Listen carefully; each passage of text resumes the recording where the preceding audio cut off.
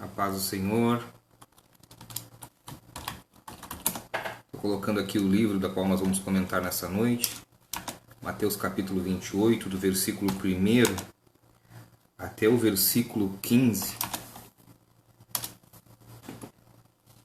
Você que está chegando, que está nos assistindo neste momento. Deus tem sido bom para mim, tem sido bom para vocês, eu tenho certeza disso. E eu quero te convidar então, você que tem a sua Bíblia, a abrir no livro de Mateus, Mateus capítulo 28, que trata a respeito da ressurreição de Cristo. Amém? Deixa eu arrumar um pouquinho a câmera aqui. Glória a Deus. Vocês me escutam bem?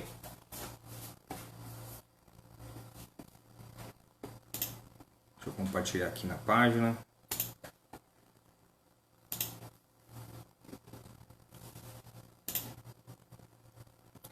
Glória a Deus. Então você que tem a sua Bíblia, por favor, abra no livro de Mateus, no capítulo 28. Esse capítulo 28 ele trata da ressurreição de Cristo. Antes de você dar a entrada, enquanto você procura, na verdade, na sua Bíblia, eu quero te convidar, você que ainda não é inscrito no nosso canal do YouTube, por favor, depois eu vou colocar o link ali para que você nos ajude. Nós precisamos então de 1000 inscritos e nós contamos com a ajuda de todos que curtem o canal, que gostam do conteúdo que é dito então. Meu amor, pode desligar o LED? Liga, claro. Então vamos fazer leitura, vou ligar uma luz aqui para ficar melhor. Como ficou bom? Agora ficou bom. Amém? Então, fazendo leitura da palavra de Deus, ela diz assim, livro de Mateus, no capítulo 28 e no versículo 1. Depois do sábado, tendo começado o primeiro dia da semana, Maria Madalena e a outra Maria foram ver o sepulcro. E eis que sobreveio um grande terremoto, pois um anjo do Senhor desceu dos céus, e, chegando ao sepulcro, rolou a pedra da entrada e assentou-se sobre ela. Sua aparência era como um relâmpago, e suas vestes eram brancas como a neve. Os guardas tremeram de medo e ficaram como mortos. Versículo 5. O anjo disse às mulheres: não tenham medo. Sei que vocês estão procurando Jesus, que foi crucificado. Ele não está aqui. Ressuscitou, como tinha dito. Venham ver o lugar onde ele jazia. Vão depressa e digam aos discípulos dele: ele ressuscitou dentre os mortos e está indo adiante de vocês para a Galileia. Lá vocês o verão. Notem que eu já avisei vocês. Versículo 8. As mulheres saíram depressa do sepulcro, amedrontadas e cheias de alegria, e foram correndo anunciá-lo aos discípulos de Jesus. E de repente Jesus as encontrou e disse: salve! E elas se aproximaram dele, abraçaram-lhe os pés e o adoraram. Então Jesus lhes disse: não tenham medo. Vão dizer a meus irmãos que se dirijam para a Galileia. Lá eles me verão. Versículo 11, onde é a parte interessante desse texto que eu gostaria de tratar de primeiro momento. A caminho, alguns dos guardas dirigiram-se à cidade e contaram aos chefes dos sacerdotes tudo o que havia acontecido. Quando os chefes dos sacerdotes se reuniram com os líderes religiosos, elaboraram um plano. Deram aos soldados grande soma de dinheiro, dizendo-lhes: vocês devem declarar o seguinte: os discípulos deles vieram durante a noite e furtaram o corpo, enquanto estávamos dormindo. Se isso chegar aos ouvidos do governador, nós lhe daremos explicações e livraremos você de qualquer problema. Assim os soldados receberam o dinheiro e fizeram como tinham sido instruídos. E essa versão se divulgou entre os judeus até o dia de hoje. Amém? Então, antes de iniciarmos a explicação então do texto, eu quero te convidar para fazer uma oração bem rapidinha. Senhor Jesus, obrigado, Pai, pela Tua palavra. Nós te damos graças, Senhor, pela oportunidade, pela essa rica oportunidade, Senhor, de falar um pouco mais sobre o Teu amor. Guarda a nossa vida, guarda, Senhor, os nossos caminhos, os nossos propósitos, Senhor. Guarda, Senhor, o nosso coração, Pai, para que possamos então ouvir a Tua palavra, Pai, e entendermos o que aconteceu, Senhor, nessa passagem. Em nome de Jesus Cristo, Senhor. Amém. Glória a Deus. Então a palavra de Deus ele começa tratando então ali a respeito do fato que aconteceu, que foi a ressurreição de Cristo. A palavra de Deus ela nos explica aqui, ela nos deixou registrado, que após o sábado então as mulheres foram buscar. Foram buscar então porque existia uma promessa. O Senhor Jesus ele disse que após o terceiro dia ele ressuscitaria. E o que acontece então?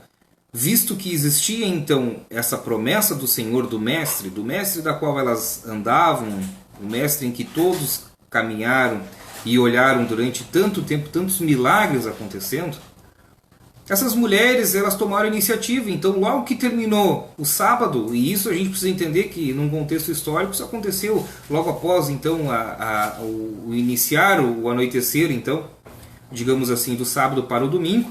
Ali essas mulheres se locomoveram até o sepulcro onde o Senhor estava, o corpo do Senhor estava guardado então. Quando o Senhor então ele morre, ele fica nesse túmulo.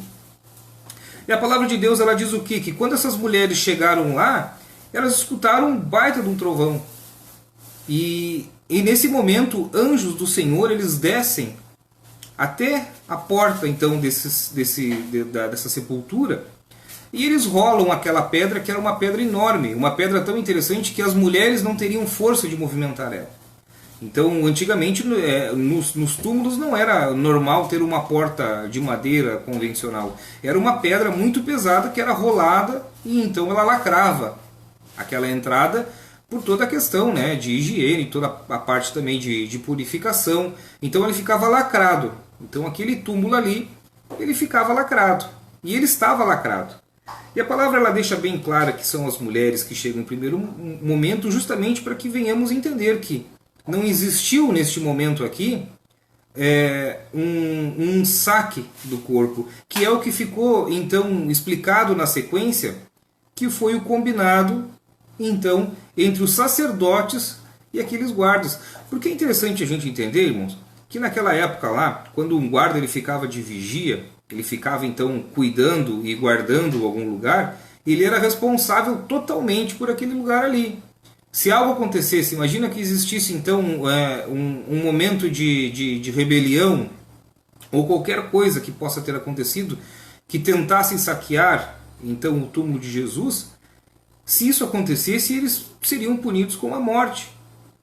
Só que eles sabiam que não foi isso que aconteceu, porque a palavra de Deus nos diz o quê? Que quando os anjos eles descem até este local, automaticamente acontece o que? Eles ficam amedrontados, eles não sabem de que forma eles vão tratar com aquilo ali. Afinal, né, eles estão ali para cuidar, e eles estão cuidando, e o corpo simplesmente ele é retirado dali, não que alguma pessoa tenha retirado, mas eles viram a presença de um anjo, de um ser celestial, algo que eles nunca tinham visto. A Bíblia relata que, aqui está relatado que as vestes deles eram brancas e provavelmente reluzentes de uma forma tão fora do comum para tudo aquilo que o olho do homem já viu. E isso acontece nesse momento e automaticamente eles ficam amedrontados, afinal eles não sabem com o que é que eles estão lidando. Algo de muito estranho existe ali. Já sabiam que o corpo que estava ali já não era um corpo comum, porque existiu todo o processo de crucificação de Cristo. Existiu todo o processo onde os milagres de Cristo eles eram conhecidos. As pessoas todas tinham acesso àquilo que o Senhor, porque aonde ele passava, multidões se aproximavam dele e grande soma então de milagres aconteciam. Jesus não era e nunca foi e nunca será um homem qualquer. Alguns líderes tentaram, de uma forma bastante errada, colocar isso como se Jesus fosse uma pessoa normal, um charlatão. como era de costume naquela época. Existiam muitas pessoas dizendo então que seriam o Cristo, que seriam o libertador do povo de Deus. Muitas pessoas se lançaram, mas todas elas sempre com o princípio de rebelião. E Cristo ele chega de uma forma totalmente diferente. E isso movimentou o mundo todo naquela época e foi um marco, né? Um reinício, digamos assim, para os dias atuais. Ao ponto de que esses anjos, quando eles chegam lá e os guardas o veem, eles não sabem o que fazer, eles caem como mortos ao chão. E aqui a gente não consegue entender se quando eles se prostam ao chão, eles se prostam temerosos ou se eles se estão fingindo que estão mortos. Mas algo de extraordinário acontece naquele momento ali. Algo da qual nós, quem sabe nós, se nos deparássemos, teríamos um problema cardíaco, sabe, sei lá o que poderia ter acontecido. Porque sabemos que as estaturas dos anjos elas são diferentes. Eles são maiores do que nós somos em estatura, e eles são seres reluzentes, são seres espirituais ao mesmo tempo. Então é algo de difícil compreensão. Mas o que acontece com esses homens? Eles ficam ali como se estivessem mortos. E ao mesmo tempo eles estavam observando tudo o que acontecia. O anjo então ele abre a porta, as mulheres entram para ver e enxergam então que o corpo de Cristo já não está mais ali. E o anjo manda com que elas façam o quê? Que elas vão e anunciem as boas novas. Por que era necessário que isso acontecesse? Porque a grande maioria do povo de Deus naquela época, ele entende que Jesus Cristo então talvez não fosse o Messias. Afinal, durante toda a história o povo se preparou para um líder que viria e mudaria a situação atual do povo naquela situação ali. Provavelmente eles esperavam um líder político.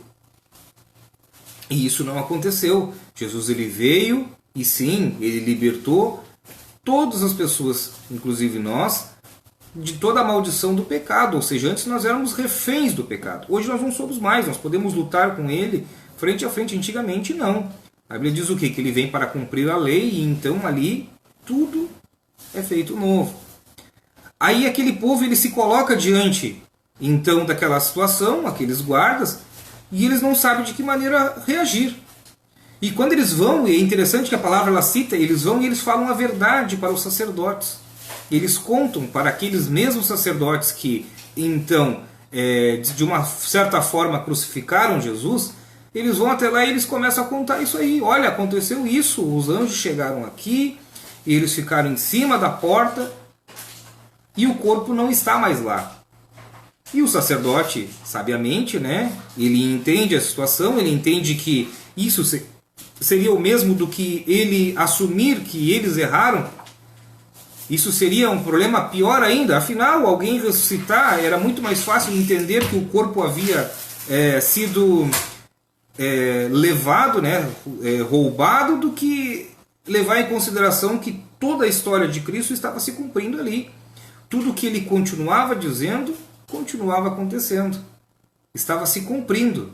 Então esses homens eles vão e falam e automaticamente os sacerdotes pensam o quê? Vamos elaborar um plano para que nós possamos então tomar benefício dessa situação. Afinal, está tudo muito complicado. Se dissermos hoje que o corpo de Cristo ele foi o que Cristo ressuscitou, quem sabe o povo todo não entraria, né, em um momento em que causaria grandes problemas para o governo daquela época. Existia medo, existia todo um cuidado, um zelo deles, porque o governo deles estava em crédito naquele momento. Afinal, um homem morre e ele ressuscita, isso faz com que todos possam ver que está tudo errado.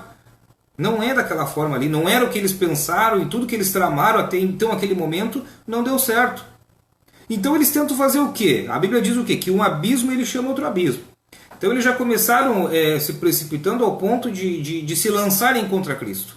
A Bíblia diz o quê? Que era inevitável que tudo isso acontecesse. Isso é inevitável, isso deveria acontecer dessa mesma forma. Mas ai pela mão de quem? A Bíblia diz o quê? Ai daquele, né? A questão do escândalo. Mas ai pela mão de quem? E esses homens eles se colocaram ali, eles estavam à frente de todas as acusações que existiam contra Cristo. Mesmo que sem fundamento, com provas plantadas, com tantas inverdades, com tantas mentiras. E eles eram um pai daquilo ali que estava acontecendo. E a pergunta é, o que Eles deveriam chegar lá e falar a verdade como eles fizeram. Mas aí os guardas fazem, eles vão lá e contam para as pessoas erradas. Afinal, eles contam para os sacerdotes que foram os mesmos que contrataram eles, de certa forma, que deram a ideia do quê? De que quando forem sepultar Jesus Cristo, que colocassem os guardas vigiando o túmulo para que ninguém mexesse. Já existia um zelo anterior. Então eles vão lá e colocam 2 oficiais, 2 pessoas com a missão de apenas ficarem paradinhos na porta do túmulo. Eles só tinham que ficar ali observando, porque se algo acontecesse de estranho, afinal existia já uma promessa da ressurreição de Cristo, se isso acontecesse, então eles poderiam ali, né, pelejar contra alguém e não permitir que o corpo fosse retirado dali. Só que tudo dá ao contrário, tudo dá errado. Porque na verdade ninguém acessa o túmulo, a não ser o anjo quando ele abre, apenas para que as mulheres pudessem olhar, testificar e voltar e inspirar os outros que estavam, de certa forma, com a sua fé diminuída. A palavra de Deus cita uma situação em que duas pessoas, né, que seguiam a Cristo, elas estavam caminhando, voltando para a cidade delas, e triste, e Jesus volta ali e fala com eles, para que então eles pudessem voltar e receber o Senhor como havia promessa. Afinal, eles ouviram a palavra de Deus, mas abandonaram o Criador. Esqueceram que existia promessa. Eles viram uma situação de dificuldade e esqueceram que existia uma promessa de que a situação seria difícil, que aconteceria dessa forma. Então, qual é a parte interessante de nós analisarmos? Que as promessas do Senhor elas se cumprem até mesmo no meio dos momentos de dificuldade. E o Senhor ele vai lá e ele busca os seus de novo. Afinal, quando ele fala para que as mulheres vão e testifiquem para os apóstolos e para os outros que são os seguidores que ele já havia ressuscitado, é porque muitos estavam se dispersando e quem sabe a fé não estava esfriando. Nós podemos analisar e ver o quê? Que o grupo que estava reunido ele não era de grande número. A quantidade de pessoas que então acompanhavam Cristo durante toda a caminhada, durante todos os milagres, era muito grande. Mas as pessoas que ouviram a palavra dele e aceitaram o conselho dele, na verdade a dica dele, a orientação dele, para que permanecessem e esperassem, para que logo depois na sequência viesse então o batismo com o Espírito Santo e tantas outras situações, o derramamento dos dons, né? Eles esqueceram, eles simplesmente viram que o corpo de Cristo ele foi morto, ele foi pendurado no madeiro, e eles olharam isso de que forma? Que isso aí era uma derrota, afinal tudo aquilo que o Mestre nos ensinou não vai mais acontecer porque ele não está mais aqui. As pessoas esperavam o quê? Que Cristo ele subiria então num trono ali físico e a partir dali ele, quem sabe, levantaria um exército militar, né, para ir contra o atual governo daquela época. E isso não aconteceu. Isso desestimulou a grande maioria das pessoas que seguiam a Cristo. Olha que interessante. Aí no versículo 13, Mateus 28, versículo 13, dizendo-lhes, vocês devem declarar o seguinte, os discípulos dele vieram durante a noite e furtaram o corpo. O que então os sacerdotes fizeram? Os líderes religiosos eles fizeram? Eles traçaram um plano alternativo. Afinal está tudo perdido, está complicada a situação, estamos perdendo, digamos assim, o controle de todas as mentiras que nós realizamos. Então tudo está se perdendo. Vamos fazer o seguinte, vamos tentar dar uma acomodada na situação para não ficar tão feio para nós também. Para que não haja uma rebelião de todo esse povo e esse povo não venha se lançar contra a gente. Porque isso traria problema em larga escala. Mas isso não acontece. Aí o que eles vão lá e eles fazem? Eles pagam então aqueles 2 oficiais uma grande quantia para que eles mentissem. E os oficiais não poderiam fazer nada de diferente. Afinal, eles não eram soldados convertidos a Cristo, eles não eram pessoas que ouviram sobre Cristo e se converteram. Eles continuavam então a mesma linhagem que existia de erro, afinal, compactuavam, né? Eles receberam a grande soma e quando eles tiveram que prestar o depoimento deles, eles falaram aquilo que havia sido combinado com os líderes religiosos daquela época. Os mesmos que levaram o nosso Jesus para a situação da qual ele esteve, até o ponto de ser crucificado, até o ponto de ser morto. Então nós precisamos tomar conta do quê? Olha que interessante, o versículo 15. Assim os soldados receberam o dinheiro e fizeram como tinham sido instruídos. E essa versão se divulgou entre os judeus até o dia de hoje. Até o dia de hoje, irmãos, até o dia de hoje, uma grande parte dos judeus não reconhece Cristo como quem Ele é, como Deus. Reconhece, quem sabe, como um profeta pequeno, alguém que esteve ali também, que compõe a Bíblia, que compõe então as escrituras da qual eles são tão devotos, mas alguém que não seria o líder, justamente pelo fato de que ele não libertou o povo naquele momento de forma física. A libertação que Cristo traz e ele nos prometeu desde o começo é a libertação espiritual. Hoje nós temos então acesso ao Pai, a poder orar, buscar ao Senhor. Hoje não é mais necessário todos os sacrifícios que existiam antigamente, de matar animais e tantas outras coisas. Tudo isso mudou. O Senhor ele vem o quê? Para cumprir a lei. Ele vem e ele cumpre a lei. A Bíblia diz que ele é o único que cumpriu a lei.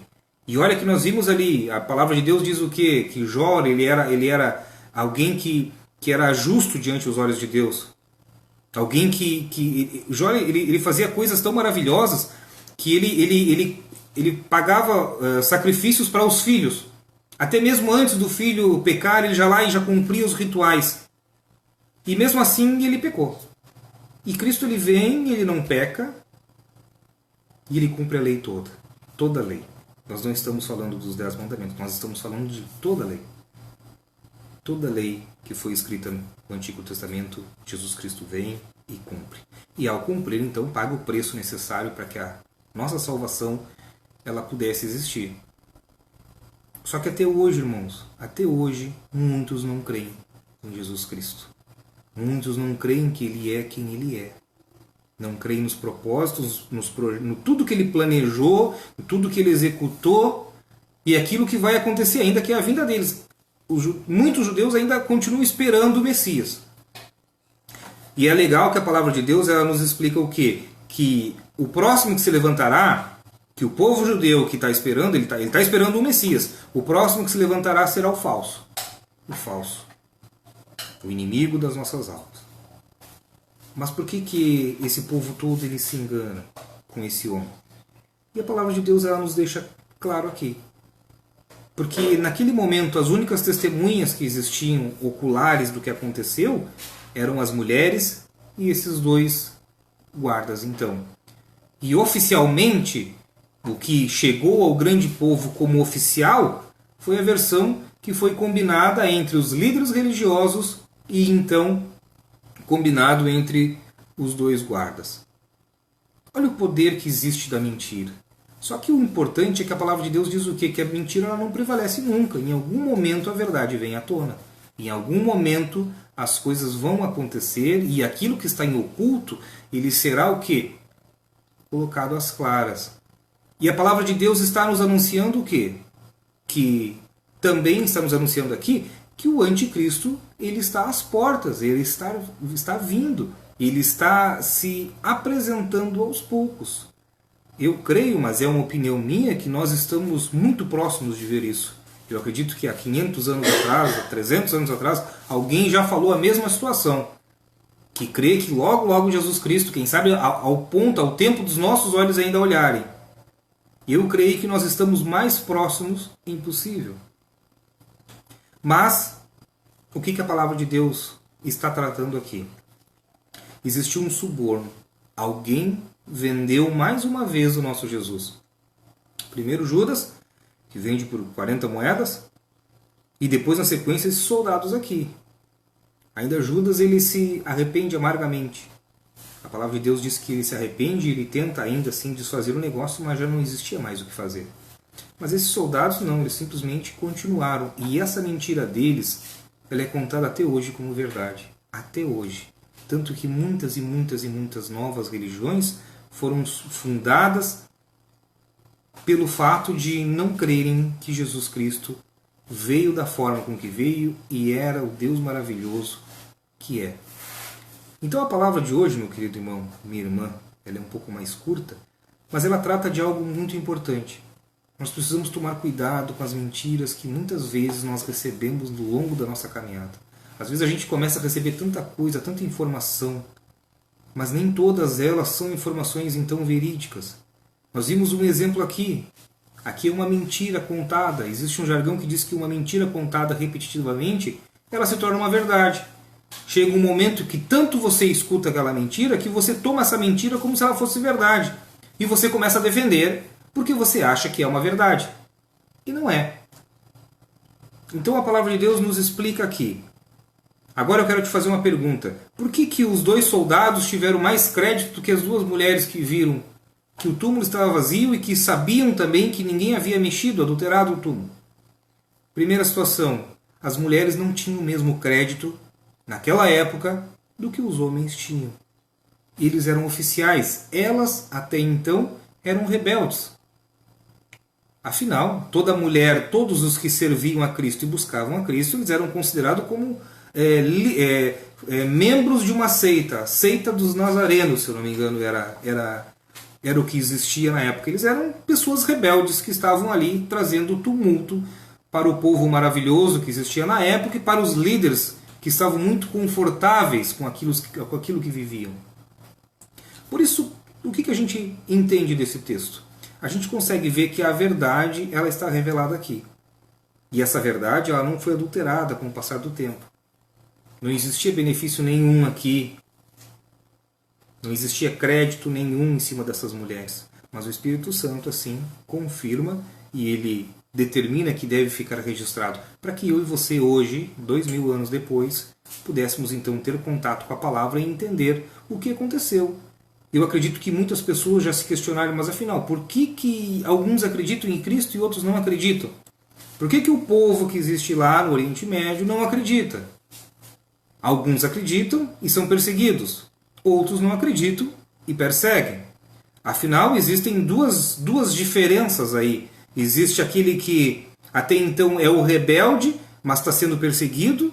E existe o outro que na verdade é o correto, é o certo, mas é um perseguidor. Por que existem essas diferenças? Por que existiram tantas ramificações? Porque entendemos que a religião é o quê? É tudo aquilo que te permite, de uma certa forma, com que você se conecte com Deus. Isso é religião, é religar-se com Deus. Por que existem tantas variantes? Tantas variantes que pegam o mesmo livro e às vezes explicam ele de uma forma tão diferente.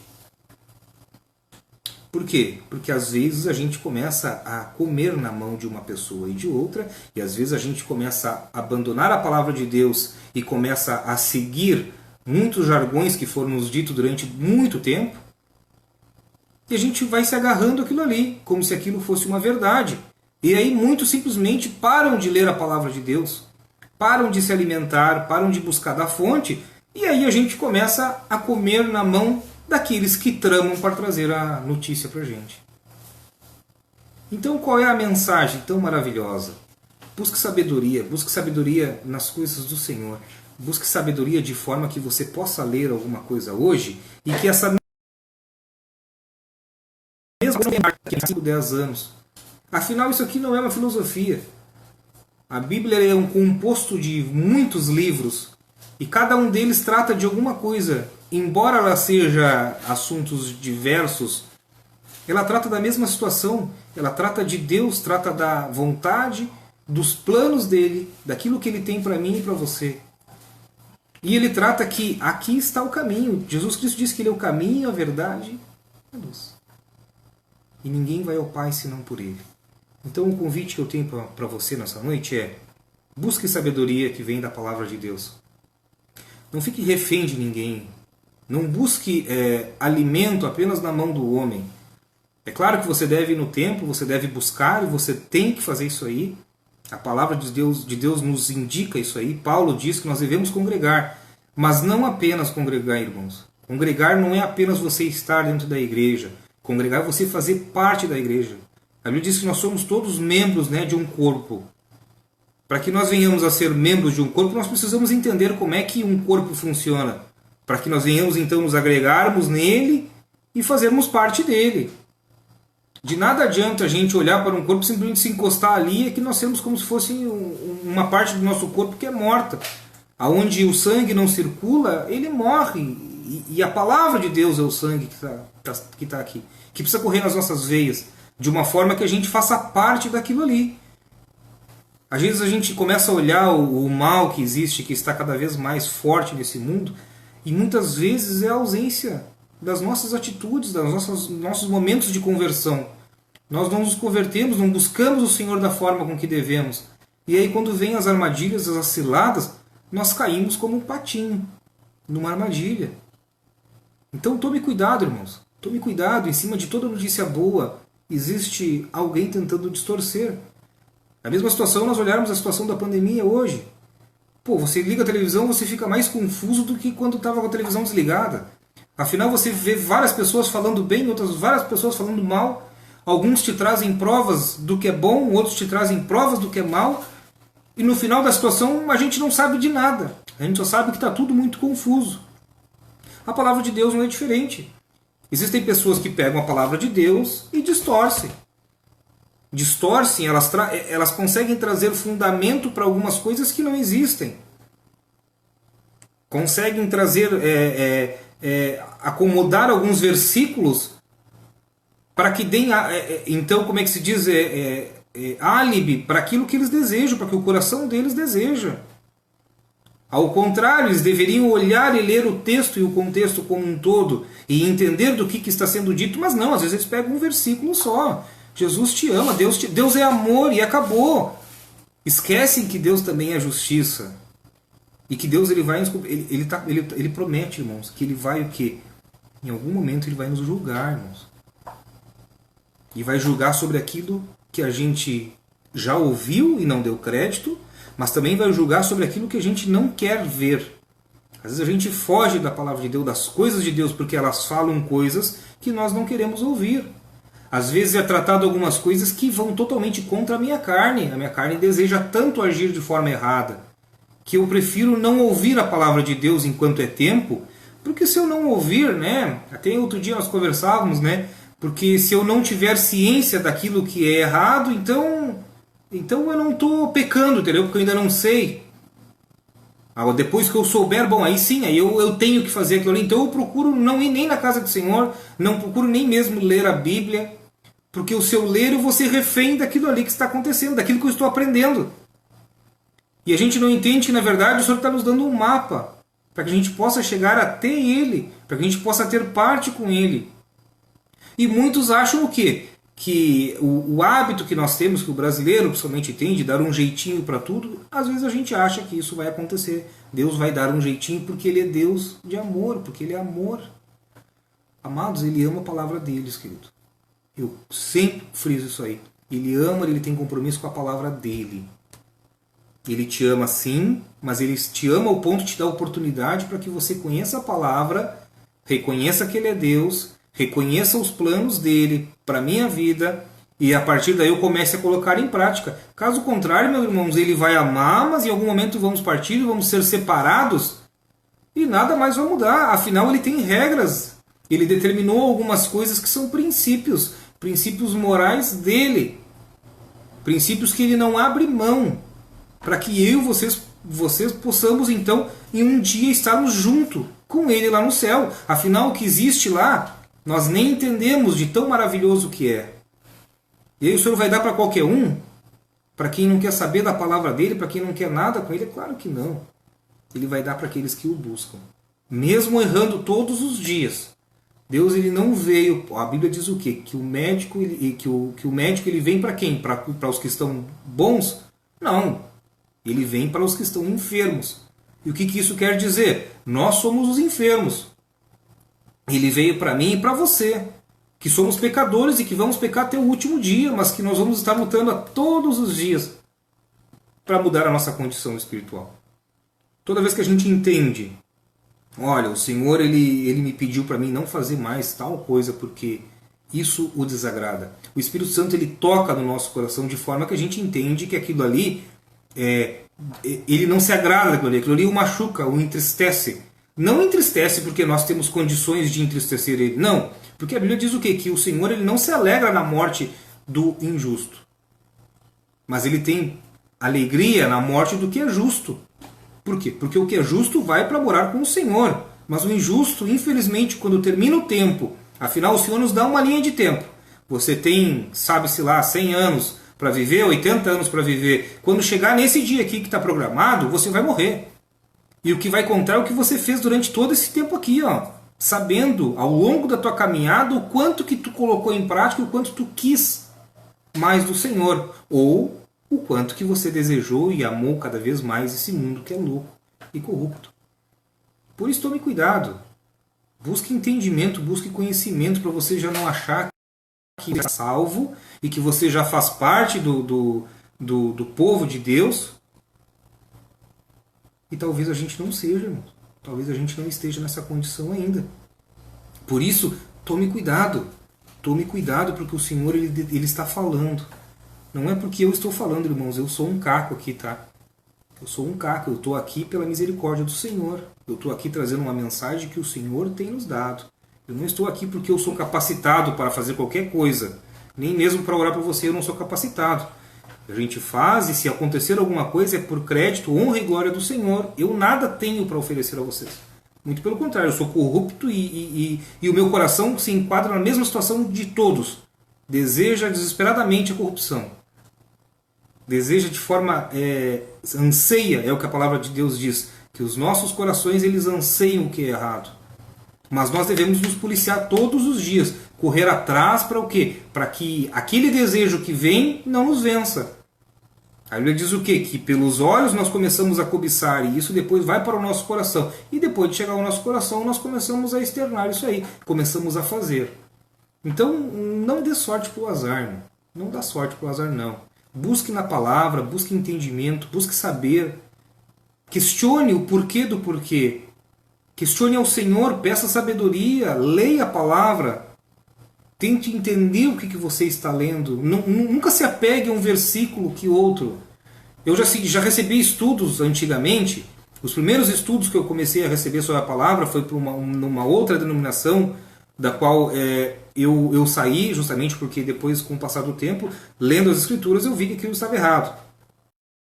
Eu lembro que os estudos eles traçavam vários perguntas, a resposta era um versículo único. Então era muito simples, eu posso pegar toda a Bíblia aqui e fazer um mapa direitinho para vocês. E direcionar vocês para o inferno, usando a palavra. Direcionando vocês, quem sabe, para alguns preceitos, direcionando vocês para cumprir uma lei que não precisa mais ser cumprida. Afinal, o Senhor nos diz o quê? Que não é a lei que nos salva, é a graça. É óbvio que nós temos que fazer quase tudo que está na lei, porque são princípios morais. Você não vai roubar só porque hoje você está na graça. Muito pelo contrário, a graça ela tem uma punição muito maior do que a lei. Mas você precisa entender que você não precisa se colocar naqueles rituais antigos. Você não precisa adorar dia, você não precisa se privar de nada. Muito pelo contrário, você tem que fazer as coisas que o Senhor se agrada. Por isso, essa sabedoria, esse entendimento, ele vem conforme você vai lendo a palavra de Deus. De nada adianta você olhar para Deus e dizer assim, Senhor, eu quero uma bênção muito grande. Por quê? Porque eu sou tua filha. Eu sou teu filho. Eu quero isso. Mas o Senhor, ele olha antes de te abençoar o teu coração. Como é que está a tua situação? Se o teu coração o coloca em primeiro lugar ou se existe uma série de situações que estão na frente dele. Se quando o convite vem para você ir até a casa dele para ouvir a palavra, você aceita ou você acha qualquer desculpa para não ir? Existem pessoas que estão há 5, 10 anos dentro da igreja e ainda não tomaram a decisão de descer as águas do batismo. Aí o Senhor Jesus amanhã te chama por meio de um acidente, de uma tragédia, ou quem sabe você escorrega o seu chinelinho na calçada e bate a cabeça e vem a partir desse mundo, e aí você vai se alegrar, vai se colocar na frente do Senhor e vai dizer assim, Senhor, eu fui todos os cultos. Mas o Senhor diz o quê? Quem crer e for batizado, este será salvo. Nós não podemos olhar esse versículo como crer e ser batizado apenas como esses dois critérios de salvação. O batismo, ele é a confissão pública. Você deve descer as águas, mas para você descer as águas, você tem que crer no Senhor Jesus Cristo e entender que quando você confessar Ele, você está dizendo que você quer seguir Ele. E dizer que você quer seguir Ele quer dizer que você vai começar a negar as propostas que você tem desse mundo que é caído.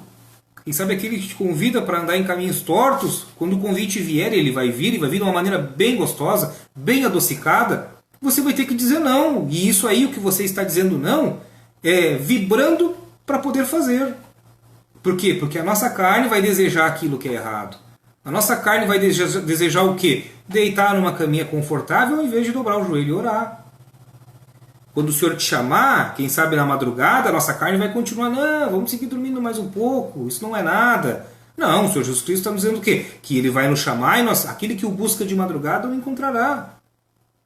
Mas como é que você acha que você vai alcançar graça diante do Senhor? Sem ter bagagem para isso. Sem entender o que agrada ao Senhor e o que não agrada. É mais ou menos como um cortejo, como um relacionamento, como um namoro. Quando você vai namorar, você quer conquistar, você começa a se colocar e estudar a outra pessoa para ver o que a pessoa gosta e o que ela não gosta. E você começa o quê? A cercar de forma que aquela pessoa veja graça em você, então tenha interesse em você. Com a palavra de Deus não é muito diferente, irmãos. A diferença é que Ele é o noivo.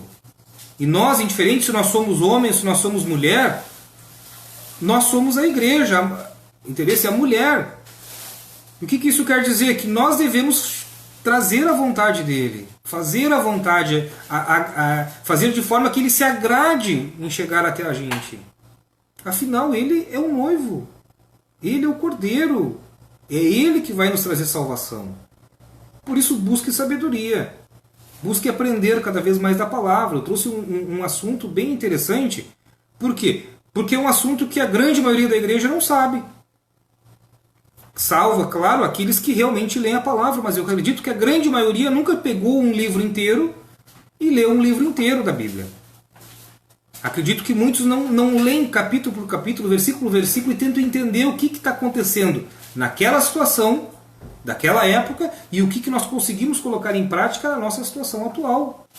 Afinal, foi escrito há 2000 anos, alguns livros um pouco mais recentes, outros bem mais anteriores, mas são palavras vivas para hoje, os conselhos são os mesmos para hoje. Por isso, busque entendimento, busque sabedoria com a palavra. Leia, abra sua Bíblia. Se você não tem, busque. Se você não tem condições, baixe um aplicativo.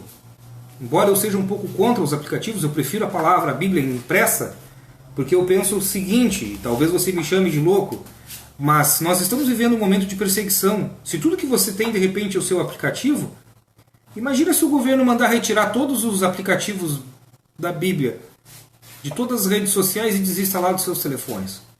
O que você vai fazer? Aí o dia mal chega. Você tem o que para se aconselhar? Você vai lembrar de tudo que você leu? Você vai orar a Deus e vai querer abrir para trazer uma palavra de conforto para você? Você vai ter? Não vai ter. Porque você confiou na tecnologia. E tecnologia é aquela coisa, ela faz parte desse sistema que é corrupto e é mau. Por isso, se você não tem, compra uma Bíblia, gente. Tem Bíblia de 15, 20, 30 reais. Até bem pouco tempo atrás eram doadas muitas Bíblias em algumas igrejas. Tenha sua Bíblia. Pega o hábito de todos os dias ler um pouquinho. Eu tenho certeza que conforme você for orar e pedir para que o Espírito Santo te ensine, conforme você começar a ler, no primeiro dia talvez você leia um versículo ou dois, no segundo você já vai estar lendo um capítulo inteiro, e quem sabe nos próximos dias você vai estar lendo a palavra assim com cada vez mais interesse, porque ela é maravilhosa, e quanto mais você lê, mais você quer ler, mais você quer conhecimento, você quer entender. Algumas pessoas se alegram tanto em ler tantos livros paralelos de ficção, de tantas outras coisas, e são coisas que não te trazem, não te acrescentam nada. Não vão te trazer nada de benefício para a tua vida. Tá, vai te trazer um conhecimento intelectual, mas isso não te garante salvação. A palavra de Deus, ela te garante. Não quer dizer que você não possa ler outros livros. Mas quer dizer o quê? Que você tem que priorizar a palavra de Deus. Leia a palavra de Deus, depois pode ler outro livro que você queira. Acompanhe os dois, agora só não troque tudo pelo que é do mundo. Existem histórias que são maravilhosas, existem filmes que são maravilhosos, existem tantas coisas importantes e interessantes para ocuparmos o nosso tempo. Mas a Bíblia é o único que te garante salvação. Se você fizer o que está escrito aqui, mesmo que com muita dor, você vai alcançar o Senhor. Ele vai olhar para você e vai ver que você tem o que? Zelo pela palavra dele, que você deseja aprender, que você deseja cada vez mais conhecer ele. E se você o buscar, você o encontrará. Mas para isso você tem que sair da zona de conforto. Muitas vezes nós nos colocamos em uma zona de conforto e ficamos olhando e está tão gostoso assim, está tão gostoso assim. E nós ficamos uma vida inteira e não fazemos aquilo que nós precisamos fazer, que é nos aproximarmos de Deus. E aí, quando bate o dia mal, aí nós queremos ainda exigir de Deus, que Deus nos abençoe, que Deus nos guarde, que Deus faça algum milagre na nossa vida, que Deus nos supra, que Deus tire alguma dor, algum desconforto tão grande de dentro da gente. Tantas situações acontecem. Algumas pessoas ainda, por pior do que isso, com a permissão de Deus, às vezes têm outra vida, a vida de uma pessoa muito importante, quem sabe de um filho pequeno, quem sabe a vida de um cônjuge, de um pai, de uma mãe ceifada. E aí a gente olha e a gente ainda consegue... Aí a gente lembra que Deus é todo poderoso, né? Aí antes daquela pessoa partir, a gente promete mundos e fundos. A gente barganha com Deus e Deus não nos atende. Por quê? Porque Ele não é um Deus que fica barganhando. Muito pelo contrário, Ele é um Deus que Ele olha e sonda o nosso coração, Ele sabe o que é barganha. Ele sabe quando você diz assim, Senhor, me dá isso que eu quero muito, porque se o Senhor me der, eu vou te dar isso. Ele sabe que isso é barganha. Ele sabe que você não está buscando em primeiro lugar, mas você quer alguma coisa, então você faz qualquer negócio. E aí quem geralmente atende esses negócios é o inimigo.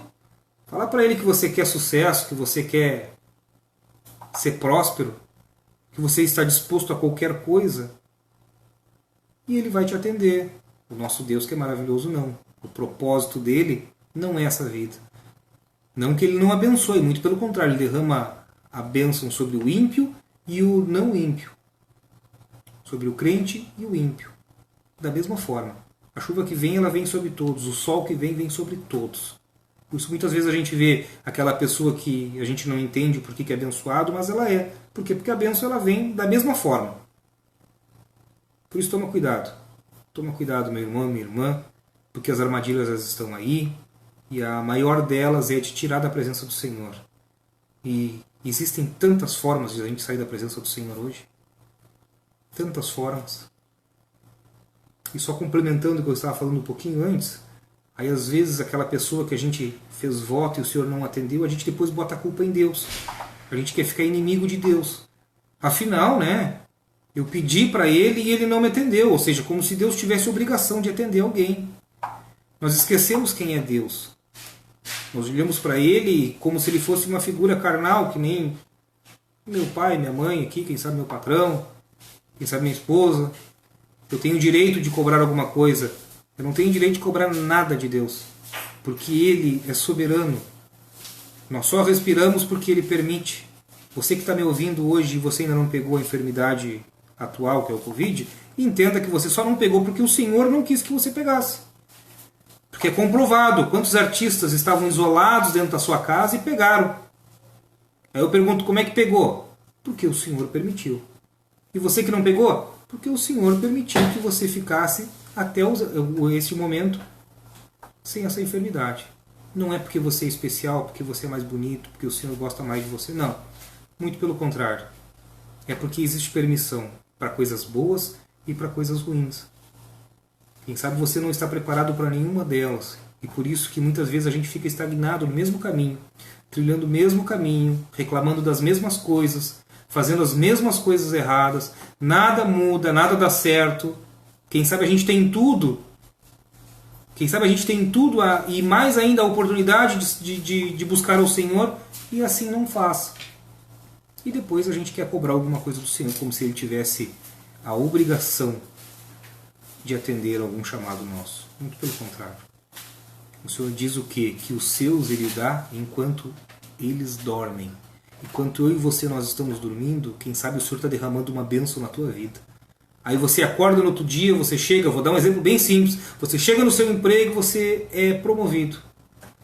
Ou quem sabe você deita na cama para dormir, enfermo, bem doente, no próximo dia quando você acorda, você sente que algo está diferente, que aquilo que você estava sentindo já não está te atrapalhando mais, não existe mais aquela enfermidade. Quem sabe você é curado e abençoado, porque o Senhor dá enquanto você dorme. Você sabe o que quer dizer enquanto você dorme? Quer dizer que não adianta nada você ficar se escabelando por um problema. Quer dizer que o Senhor Ele dá quando você descansa nele, quando você confia nele, quando você tem fé ao ponto de crer que ele pode mudar a tua história e a tua vida. É por isso que a gente deve servir a esse Deus que é tão poderoso e maravilhoso, porque ele tem planos, e são planos bons para mim e para a tua vida. Ao contrário do inimigo, que só tem o quê? Interesse em nos matar, em roubar-nos e destruir-nos. Em algum momento, nós seremos peneirados. Nós vamos ser peneirados. O que isso quer dizer? Você vai ser colocado à prova. E aí vem a pergunta. Qual é a tua situação neste momento? Como é que você está? Você está com os teus pilares, os teus alicerces bem firmados no Senhor? Ou você simplesmente é mais um frequentador? Ou quem sabe alguém que nem mesmo frequenta, porque existem pessoas que eu já vi várias vezes dentro dos templos jogando no celular, olhando Facebook, a administração está rolando e as pessoas estão olhando o Facebook, estão respondendo o WhatsApp. Qual é o teu nível de comprometimento com as coisas do Senhor? Quando alguém te pede para você orar, olha por mim, irmão, ora por mim porque eu estou passando por uma situação de dificuldade. E você diz assim, eu vou orar. Você ora depois mesmo? Quando é a vez a gente chegar e pedir aconselhamento para uma pessoa, quem sabe para um pastor, você chega e conversa com ele, pastor, eu estou com tal dificuldade e não estou conseguindo resolver o problema.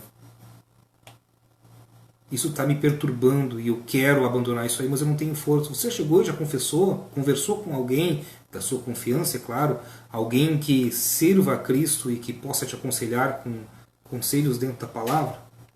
Ou você continua se lamentando e esperando que o Senhor faça tudo por você? Não espere que o Senhor faça tudo. Afinal, existem tantas mentiras. A gente vê aqui a Bíblia relatando todo esse plano macabro para que a credibilidade do nosso Cristo ela fosse derribada e as pessoas não quisessem mais. Você sabia que tem lugares que se você andar com esse livro aqui na mão, você é morto? Existem prêmios para matar cristão? E você tem condições de ter um livro desses na sua casa. E você não tem? Você simplesmente não quer? Você gasta dinheiro com qualquer outra porcaria? Com qualquer coisa que vai perecer em 10, 15 minutos? E você não investe nisso aqui? Que vai te trazer sabedoria? Que vai te preparar para as situações difíceis dessa vida? E te preparar para ter um dia estar na presença do Senhor? Que às vezes a gente faz isso por quê? Porque a gente escutou uma história planejada, arquitetada pelo inimigo, em que nos ensina o quê? Que o Senhor não é exatamente isso que está na Bíblia. Ou que o Senhor, ele nunca existiu. Ou que se o Senhor tivesse existido, aquela situação triste não teria acontecido na minha vida. Então eu quero te dizer o seguinte, Deus ele é bom. E ele cumpre tudo aquilo que ele falou. Inclusive quando ele disse que ele morreria. E que ele morreria por mim e por você. Amém? Esta é a palavra que eu compartilho com vocês. Eu espero que vocês meditem. E como eu dei o conselho, que vocês não fiquem só no que eu falei para vocês. Pelo amor de Deus, gente. Abre a tua Bíblia e lê. Para que eu não esteja mentindo para você. Para que você olhe com os seus olhos e dê crédito. Porque isso está registrado na palavra. Eu dei a fonte, eu colei o texto. Mas não fique apenas no texto que eu colei na live. Porque eu posso muito bem adulterar o texto e mandar para vocês ali. E você vai ficar comendo na minha mão. Achando que o que eu estou falando é verdade. Eu quero que você pegue a sua Bíblia e leia. Quando eu terminar, lê antes de dormir. É bem pouquinho. Até mesmo para quem não tem hábito de leitura, você vai ler em 5 minutinhos. Você vai ler todo esse texto.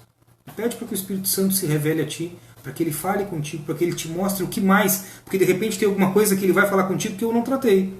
E ele deseja, sim, falar contigo. Por isso faz isso, é o conselho que eu te dou. Amém? Vamos fazer uma oração rapidinha? Senhor Jesus, somos gratos a Ti, Senhor, porque Tu nos revelas, Pai, a Tua palavra.